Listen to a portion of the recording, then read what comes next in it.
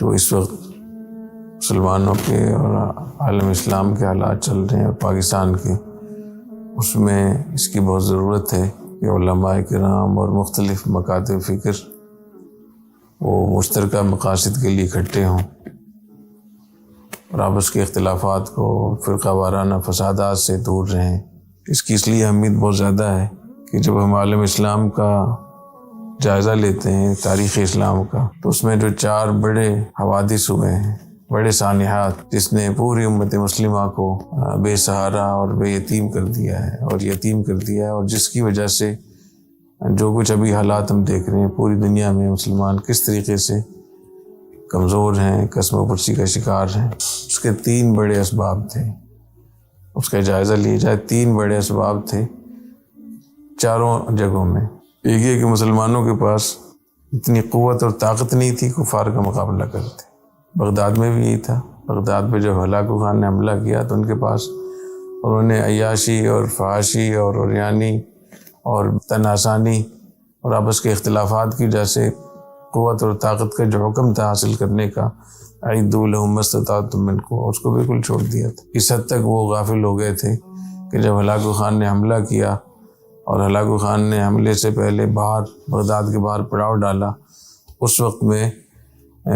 موصل کے گورنر کے پاس Hulagu Khan کا وفد کیا ہتھیار خریدنے کے لیے، کیونکہ موصل میں ہتھیار بہت اچھے بنائے جاتے تھے، اور عین اسی وقت میں بغداد حکومت کی طرف سے ایک وفد وہاں گیا ہوا تھا موصل میں رقص و سرود اور آلات موسیقی کے آلات لینے کے لیے، کیونکہ موصل میں 2 چیزیں بہت مشہور تھیں، وہاں کے ہتھیار، جنگی ہتھیار بہت اچھے بنائے جاتے تھے، کی شہرت تھی، اور آلات طرب، آلات موسیقی،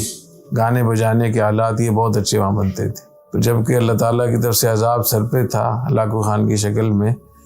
تو بجائے اس کے کہ وہ اپنی تیاری کرتے، دفاع کا سوچتے، ہتھیار حاصل کرنے جاتے وہاں،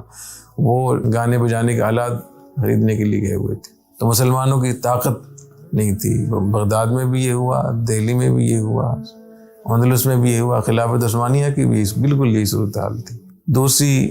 ایک آپس کے اختلافات، مذہبی اختلافات، فرقہ وارانہ اختلافات، قتل و قتال، لڑائیاں، اور مختلف علاقوں کے میں جتھے پیدا ہو گئے تھے، مختلف علاقوں میں لوگ تھے، وہ علاقوں پہ قبضے کر رہے تھے، جنگیں شروع کی ہوئی تھیں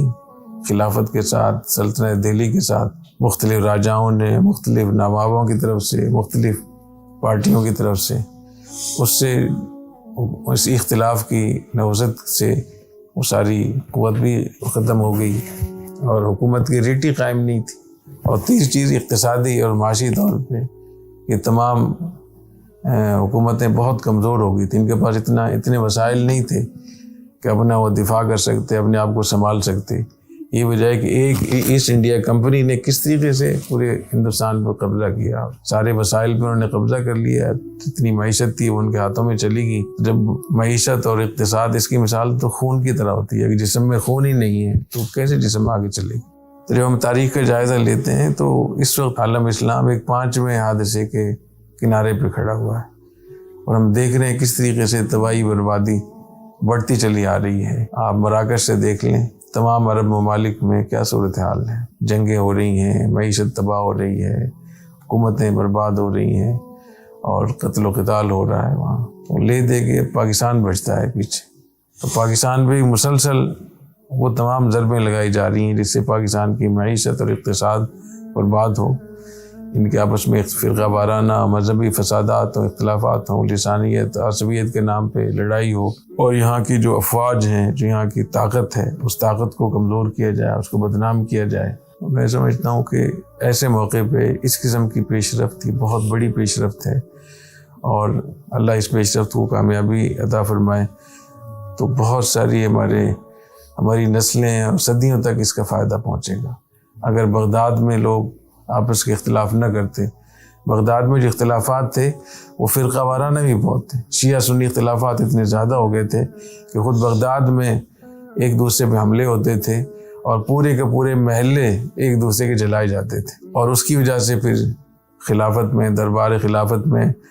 جو لوگ تھے وہ بھی آپس میں انہوں نے حصہ لیا، ہلاکو خان کے ساتھ مل گئے،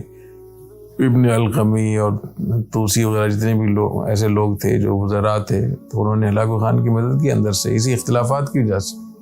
اس کے لیے ہمیں دعا کرنی چاہیے کہ پیش رفت کامیاب ہو۔ تو اس وقت میں امید بہت ہے، ایک دیکھ پاکستان کے پاس اللہ نے ایک ایٹمی طاقت دی ہے، اور وہ ایٹمی طاقت ہے جو دنیا کی برابر ایک ایٹمی قوت ہے، اس میں کوئی کمی نہیں ہے الحمدللہ۔ اور ہم دیکھ رہے ہیں کہ 20-25 سالوں سے بہت کوشش کی ہے کفار نے پاکستان کے محاصرے کی، ہر کام میں وہ کامیاب ہوئے لیکن طاقت کو توڑنے میں کامیاب نہیں ہو سکے، اس لیے پاکستان ابھی تک بچا ہوا ہے الحمدللہ، اور نہ صرف بچا ہوا بلکہ بہت سارے ملکوں کو بچانے کا ذریعہ بھی بنا ہوا ہے۔ دوسری یہاں جو آپس کے اختلافات تھے، فرقہ وارانہ اختلافات، لسانی اختلافات، سندھ میں، بلوچستان میں، کراچی میں، اور جو مذہبی اختلافات تھے، ان سب کو ختم کرنے کے لیے پیش رفت ہو رہی ہے الحمدللہ۔ اور جو لوگ، جو ادارے، جو افراد، جو تنظیمیں، جماعتیں، شخصیات اس میں کردار ادا کر رہی ہیں، یہی کردار اگر سقوط دہلی سے پہلے کسی نے ادا کیا ہوتا، یہی کردار اگر کسی نے سقوط بغداد سے پہلے ادا کیا ہوتا، اور سقوط اندلس سے پہلے، اور خلافت عثمانیہ کے سقوط سے پہلے، تو آج مسلمانوں کی حالت بہت بہتر ہوتی ہے، ہم اس طریقے سے ہر جگہ مظلوم نہ ہوتے، پٹ نہ رہے ہوتے۔ اس لیے اس کے لیے خصوصی دعاؤں کا اہتمام کرنا چاہیے۔ اور کل کی مجلس میں ہم نے دیکھا کہ سب لوگ اچھی بات کی، انہوں نے اتفاق و اتحاد کی بات کی، اور سب کی سمت ایک طرف تھی، جو اللہ تعالیٰ کی طرف سے میں سمجھتا ہوں نصرت ہے، اور جو لوگ اس میں کام کر رہے ہیں وہ بہت بابرکت ہیں، ان کو مبارکباد دینی چاہیے۔ تیسری، اقتصاد اور معیشت کے حوالے سے جو سی پیک کا یہ منصوبہ ہے،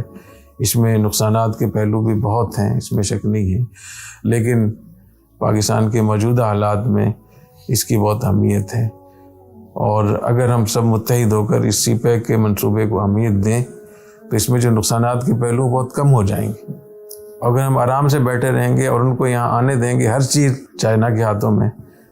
تو پھر جو آدمی سوتا رہتا ہے اس کی بھینس ہمیشہ کٹا ہی دیتی ہے، کٹی نہیں دیتی۔ یہ جب تک سستی اور غفلت، ہڈ حرامی، کاہلی اور غیر سنجیدگی،